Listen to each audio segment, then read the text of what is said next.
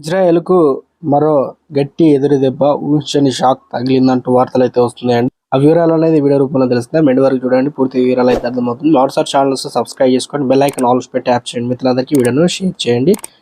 చాలా మంది వీడియోస్ ఉన్నారు కానీ మన ఛానల్ సబ్స్క్రైబ్ చేసుకోలేదండి. దయచేసి ఛానల్ సబ్స్క్రైబ్ చేసుకోండి.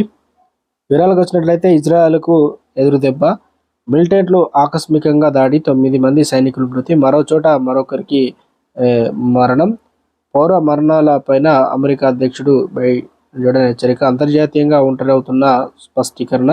ఇజ్రాయెల్ ఉక్కిరిబిక్కిరవుతుంది. ఒకవైపు భూతల దాడుల్లో మొదలైనప్పటి నుంచి హమాస్ మిలిటెంట్ల నుంచి తీవ్ర ప్రతిఘటన ఎదురవుతుండగా, మరోవైపు అంతర్జాతీయ సమాజం విచక్షణ రహితంగా దాడులు నిర్వహిస్తున్న దూరం అవుతుంది. ఈ ఘటనపై ఆ దేశానికి మింగుడు పడనివి. గాజాపై వైమానిక దాడుల విషయంలో ఇజ్రాయెల్ అమెరికా అధ్యక్షుడు బైడెన్ మంగళవారం గట్టిగానే హెచ్చరించారు. పౌర మరణాలను తగ్గించకపోతే ప్రపంచ దేశాల మద్దతు కోల్పోవాల్సి వస్తుందని స్పష్టం చేశారు.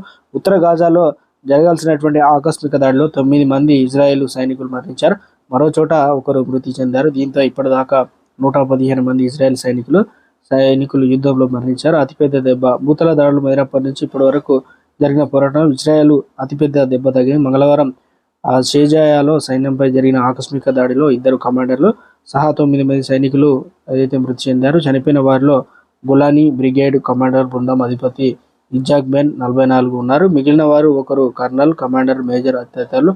మారుతున్న అమెరికా మాట తీరు.